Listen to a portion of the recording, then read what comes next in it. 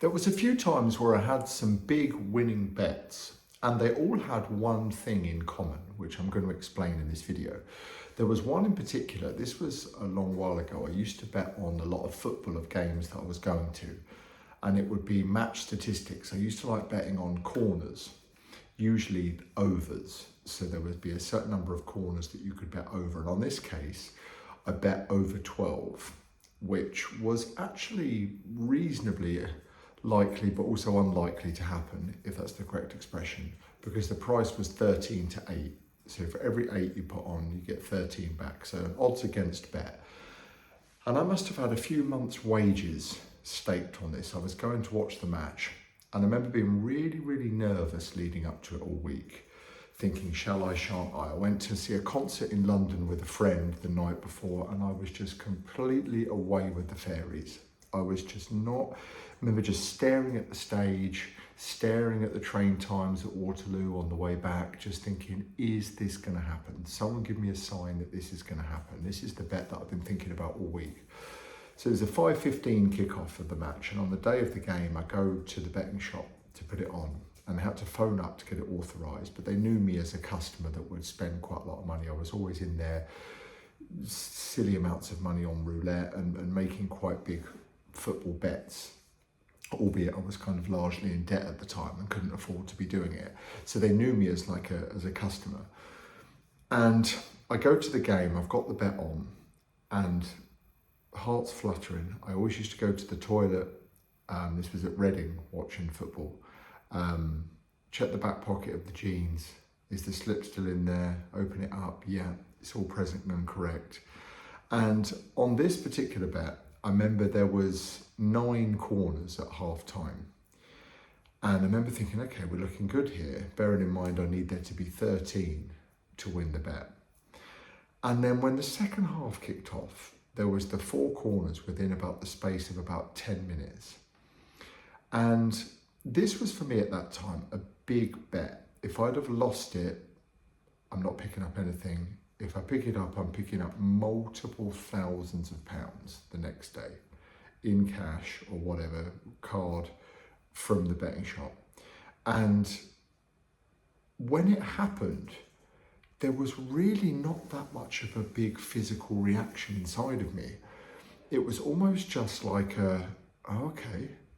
And then immediately, and this is a big indication of a problem gambler, immediately I would go into thinking, okay, well, I've now got some cash that I can spend tomorrow when I pick this up. Who is playing tomorrow and what are the games going on then? And immediately I just push the happiness, kick it down the road to the magical euphoric sensations are going to happen in that bet tomorrow, not now. And it was so strange, because if you'd have spoke to me in that week leading up, I would have said, oh my God, if this comes in, it will be amazing. I will feel on top of the world.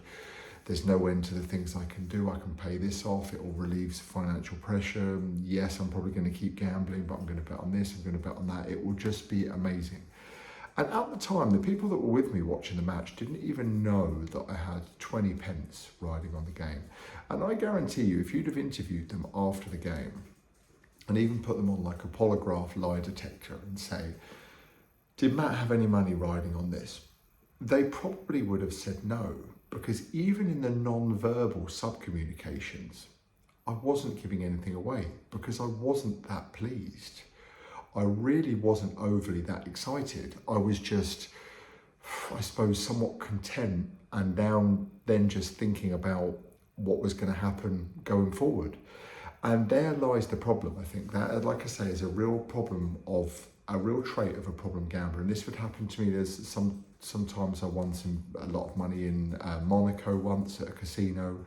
Various other kind of roulette experiences of not putting much in to get multiple sort of tens of 10x, 15, 20x what I'd put in, often more. And never really felt particularly fantastic about it. I just kind of felt, I guess that's it. And on this bet, the football match that I'm talking about, it was more so the I was somewhat frustrated that it happened so quickly. And I was almost annoyed that I didn't get a little bit more bang for my buck. What I wanted was more the emotions of kind of will it, won't it, will it, won't it. And I suppose what I would have really wanted if I could write the script before the game, would it have been happened in the last second of the game. So I had all the kind of the angst and anxiety and anticipation of will it happen? And then suddenly get this kind of light switch like moment of, oh yes it did, when I didn't think it would. But yeah, I was almost kind of thinking like, I wish I'd had to work a little bit harder for it, as ridiculous as that sounds. Because again, if you'd have asked me at the start of the game, I would have said, no, I'll take 13 corners in the first half. I just want this boxed off. I just want to get it's binary in my mind. I just want to get the bet one, and then that will be great. It's systematic. But as a problem gambler, it's not. You don't want the formulaic kind of nuts and bolts of just winning. You want the emotions. You want the neurological stimulation response, and that's what ultimately you get hooked on. Well, I definitely did anyway. You get that addiction. Addictive tendencies come from the playing just to play, and so many studies have been done on this, and the science is very clear that most gamblers that enter a certain mode, the main thrill is in the anticipation. So it's the ball moving towards the goal. It's the ball spinning round the roulette wheel where kind of the thrill is. That's where the brain chemistry is, certain pleasure centers of the brain are lit up. That's where it's the most kind of hyper-focused mode, or it's the most escapism, or you're locked in, and kind of it's like a presence, but not like a natural holistic presence, like meditating out in nature. It's like a flow state would be. It's like I can't think about my problems, I'm just here. And it's kind of almost like mirroring that, what you would want to get if you were doing a great yoga session, or you were looking across the ocean on a sunny day or something like that. That kind of that peace and that tranquility. But with gambling, it's almost more like numbing, and it's not letting your other noise in your mind or other emotions creep in. So it does kind of feel like a lower consciousness version of presence. I'm slightly going off topic, but that's what you want. You want that mode. You don't actually want the outcome.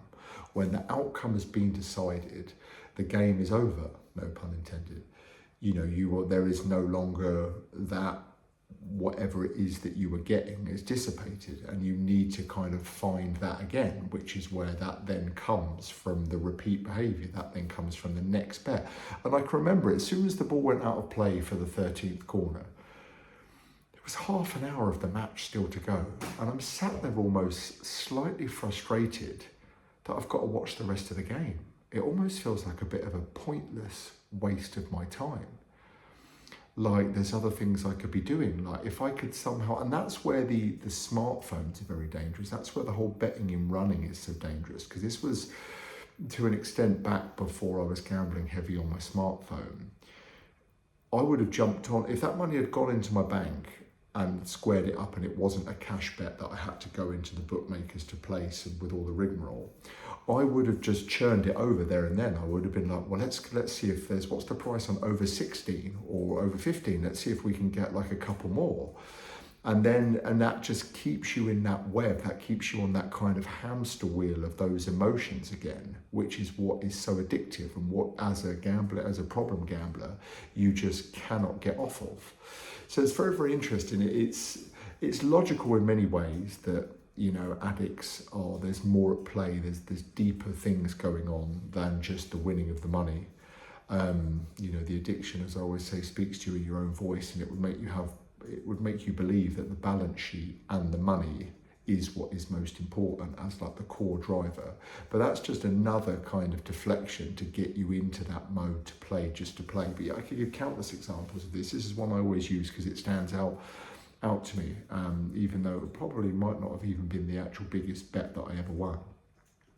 But yeah, ultimately a really quite, wouldn't say empty, because I had a wry smile on my face for the next few minutes. I had like a little bit of satisfaction, a little bit of relief that it had won, but that was largely from the fact that I don't have the negative consequences of I can't gamble on the Sunday, I've now got urgency around these debts I've got to pay back. I can't afford food, petrol in my car, etc., etc. It's more centered around that than any kind of euphoric joy, like the people that you see on the casino posters, like, yes.